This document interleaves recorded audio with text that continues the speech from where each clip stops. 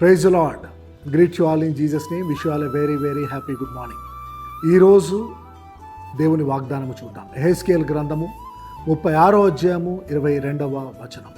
Ezekiel chapter 36 verse 22 ధ్యానిద్దాం.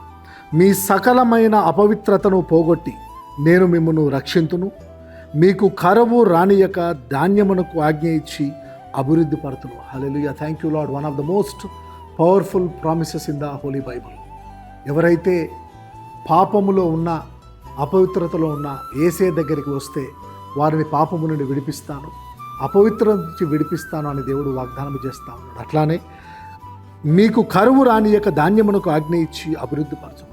కరువు అనేది మీ దరికి చేరకుండా, లోకములో పరిస్థితులు వేరు, యేసేను దేవుడిగా అంగీకరించిన వాళ్ళ పరిస్థితి వేరు, యేసేను సొంత రక్షకునిగా అంగీకరించిన వాళ్ళ పరిస్థితి వేరు. దేవుడు ఏమంటా ఉన్నాడంటే, కరువు మీ యొద్దకు రానివ్వను, మీ ధాన్యమును నేను అభివృద్ధి పరుస్తాను.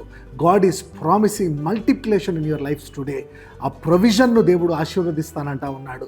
మీ అపవిత్రతను తీసివేసి మిమ్మల్ని పరిశుద్ధపరుస్తానని దేవుడు ఈరోజు వాగ్దానం చేస్తూ ఉన్నాడు.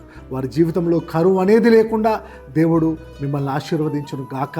విశ్వాసముతో ఈ వాగ్దానం పొందుకోగలని విజ్ఞప్తి చేస్తూ ప్రార్థన చేసుకుందాం. యేసు నామములో తండ్రి పరిశుద్ధాత్మడానికి వేలాది వందనాలు. వారికి కరువు రానియక వారి ధాన్యమును అభివృద్ధి పరుస్తాను, అపవిత్రతను పోగొట్టి వారిని రక్షిస్తానని వాగ్దానం బట్టి నీకు వేలాది వందనాలు.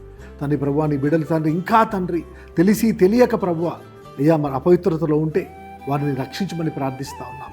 కరువు సమస్య లోకములో ఉన్న ఏది కూడా నీ బిడ్డల యొద్దకు రాకుండా వారి ధాన్యమును అభివృద్ధి పరిచి, వారి ఉద్యోగాలను, వారి ఆర్థిక పరిస్థితిని, వారి కుటుంబాన్ని అభివృద్ధిపరిచి నీవే మహిమను పొందుకోమని యేసు నామంలో ప్రార్థించి ఈ వాగ్దానమును నీ బిడ్డలకు విడుదల చేస్తున్నాము తండ్రి.